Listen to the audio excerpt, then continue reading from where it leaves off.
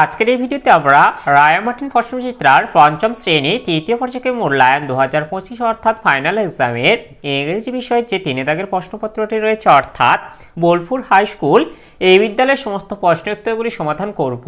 প্রশ্নপত্র সমাধান করার আগে বলে দেই, আমার পরবর্তী ভিডিওগুলি বানাতে অনুপ্রাণিত করার জন্য চ্যানেলটিকে অবশ্যই সাবস্ক্রাইব করে নেবে এবং এই ভিডিওটি ভালো লাগলে ভিডিওটিকে অবশ্যই লাইক কমেন্ট ও শেয়ার করে দেবে। প্রথমে রিডিং স্কেল সিনে আছে একে read the following passage carefully and answer the questions given below. তাহলে আমরা প্রথমে প্যাসেজটা পড়ে নেব। The Guru treated all his disciplines equally but he liked Arjuna the most because Arjuna practiced his art with great concentration. Soon he became the best archer among all. Duryodhana and his brother Dushasana did not like this at all. Silently a feeling of dislike grew in their hearts towards the Pandavas.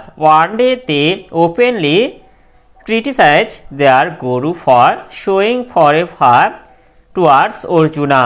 They told him that they were not any less skillful in archery. As a reply to their criticism, Dronacharya arranged for a task to pick out the best archer among them. On the particular day, Guru Dronacharya asked the students to gather by the woodland near his ashram. He had placed a wooden bird with prominently painted eye on one of the trees. তাহলে আমরা প্যাসেজটা পড়ে নিলাম। এবার প্রশ্নের উত্তরগুলি করব।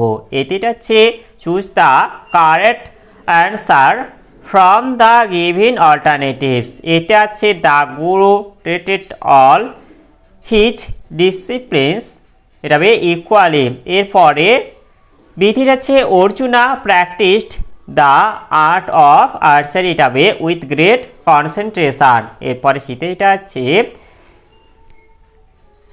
Dronacharya arranged for a test to pick the best archer. এরপরে দ্বিতীয়টা আছে the guru asked the disciples to gather at the woodland হবে। এরপরে বিতিটা আছে answer the following questions। এতে আছে why did Dronacharya like Arjuna the most? এর উত্তরটি হবে Dronacharya like Arjuna the most because Arjuna practice his art with great concentration.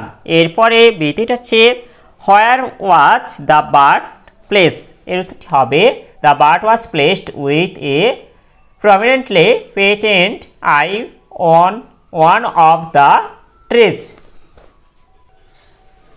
এরপরে শীতে যেটা আছে complete the following sentence taking information from the above passage. এটিটা আছে silently a feeling of dislike, এটা হবে grew in their hearts towards the পান্ডবাস।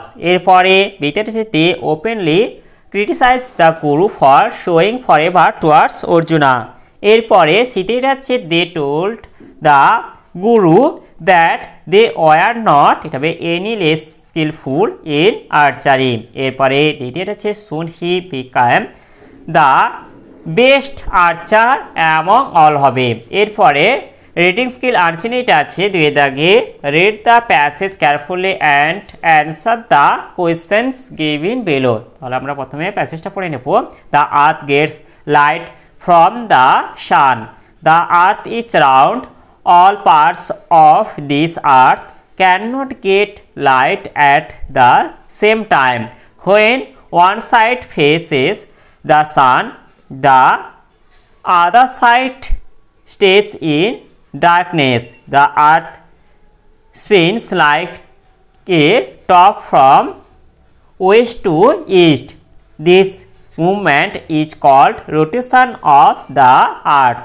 The earth takes 24 hours to complete the rotation. So in 24 hours all parts of the earth face the sun once. These 24 hours make one full day. We call the hours of light day and hours of darkness night. তাহলে আমরা প্যাসেজটা পড়ে নিলাম। এবার প্রশ্ন উত্তরগুলি করব। এতে এটা হচ্ছে অ্যানসার দ্য ফলোয়িং কোয়েশ্চেন্স। এতে আছে হোয়াট গিভস আস লাইট, এটা হবে the sun gives us light. এরপর বিতে এটা হচ্ছে how many hours does the earth take to complete rotation. এর উত্তরটি হবে এই যে the earth takes 24 hours to complete the rotation. এরপর এটা আছে সিতে what do we call the hours of light. এর উত্তরটি হবে we call the hours of light day. এরপর এটা আছে ডে দাগে in which direction does the earth spin like a top. এর উত্তরটি হবে the earth spins like a top from west to east. এরপর এটা আছে ইতে when one side face the sun then what the other side will be. এর উত্তরটি আমরা এখান থেকে পড়িয়ে দেব। এই যে when one side faces the sun the other side সেজ ইন ডার্কনেস। এরপর যেটা আছে বিয়ের দাগে write T for true and F for false statements in the given boxes. এতে আছে the earth spins like a ball, এটা ফলস হবে। এরপর বিতে আছে all parts of the earth get light from the sun at the same time, এটা false হবে। এরপর সিতে আছে the day and night are the result of the rotation of earth, এটা ট্রু হবে।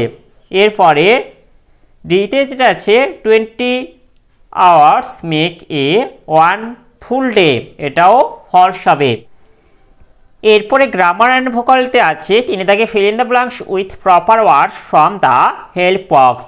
তাহলে হেল্প বক্স থেকে সঠিক শব্দগুলো খুঁজে নিয়ে সঠিক স্থানে বসাতে হবে। এতে আছে উই হ্যাভ মেনি, তবে historical places in our country.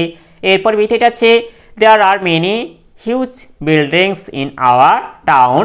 এরপর সিতে আছে দে আর হ্যাপি হবে when they return to their home town. এরপরে ডিতে আছে Kaveri was very excited when she saw the museum in Kolkata. এরপরে চারিদিকে যেটা আছে write the following words in English. এতে এটা আছে স্বপ্ন, এটা ড্রিম হবে। এরপর বিতে এটা আছে কাঁঠাল, এটা হবে জ্যাক ফ্রুট। এরপরে সিতে এটা আছে সৎ, এটা হবে অনেস্ট। এরপরে ডিতে এটা আছে শিষ্য, এটা হবে ডিসাইপ্লাস।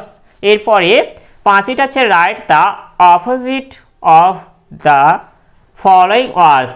এতে আছে নেভার, এটা অলওয়েজ হবে। এরপর বিতে আছে ক্রুলি, এটা হবে স্টেট। এরপরে সিতে আছে অ্যাপিয়ার, এটা হবে ডিসঅ্যাপিয়ার। এরপর ডিতে আছে ফেথফুল, এটা হবে আনফেথফুল। এরপরে ছয় থেকে যেটা আছে make meaningful sentence of your own with the following words. এতে আছে ইমিনেন্স, এটা হবে she is an artist of eminence talent.